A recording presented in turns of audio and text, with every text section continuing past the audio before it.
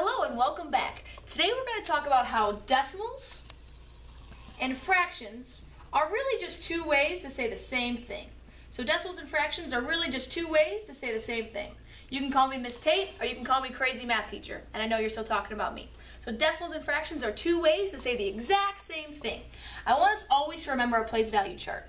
These are the ones. This is normally where we thought numbers just began, but now we know that there's actually smaller things than ones, which are tenths, which means 1 was divided into 10 pieces, and there's even hundredths, which means 1 was divided into 100 pieces. And depending on where our digit is, we'll either say tenths or we'll say hundredths. So we're going to actually try a few examples to really practice that. So let's come on down here to this one right here. When I look at this, I see that there are 10 inside. I should know automatically that those are tenths. Automatically, I should know that these are tenths. I see that I have two ones or two wholes. That means they have all their pieces. So I'm going to write a 2.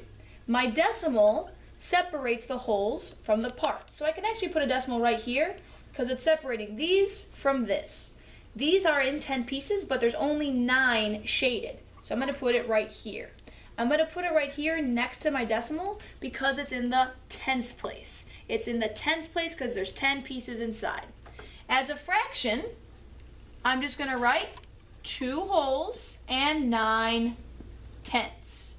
Once you do this more and more, you're going to realize that it makes sense. 2 and 9 tenths, 2 and 9 tenths. Oh my gosh, there's 2 and then 9 tenths. Whoa, two ways to say the same thing. Let's check out this one. This one's a little bit different. The pieces are smaller. And that can sometimes be confusing because 100 is bigger than 10. But just imagine if you had one person and you cut them into 100 pieces, those pieces would be a lot smaller.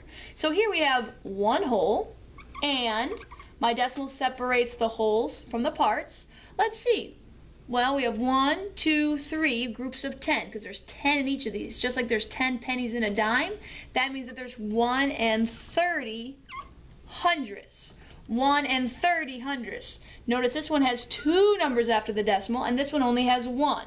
1 number after the decimal is tenths.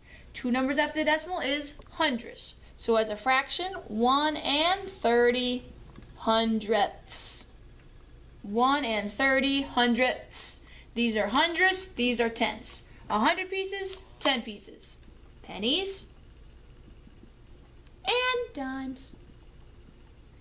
Let's go on over here and try another one. Ooh, let me see. Are they tenths or hundredths? Well, they have 10 pieces inside, so I automatically know that these are going to be tenths. I automatically know that I have wholes and then tenths. 1 number after the decimal because it's tenths. Here we go. 1, 2, 3. 3 wholes. And then we have how many tenths? 1, 2, 3, 4, 5.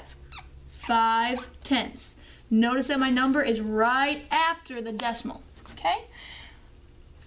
Now I'm going to do 3 wholes and 5. What should my denominator be? Well, if I look at my fraction, I have 5 out of how many? The denominator is how many are in a whole, and that is 10. 3 and 5 tenths. 3 and 5 tenths. 3 wholes and 5 tenths. It all makes sense.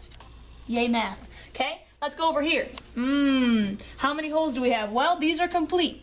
There's 200 hundredths. Like if you had 200 pennies and went to the bank, they give you $2.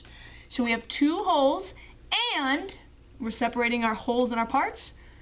10, 20. I can count by 10 because I know there's 10 in here. I could seriously sit here and count like this, but I can just go 10, 20, 21, 22, 23, 24, 25. So really, I can put the 2 here because there's 2 tenths. That's 1 group of 10. That's 2 groups of 10. That's like having 2 dimes and then 5 pennies.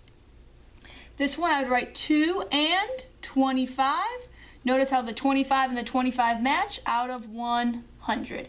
2 and 25 hundredths, 2 and 25 hundredths, 2 and 25 hundredths. Yeah. Now let's come down here. This can sometimes be a pinch trickier because now we have it in word form. So we don't have a model like we did up here. Now we have it in word form. Well, I know that the 1 is 1 whole.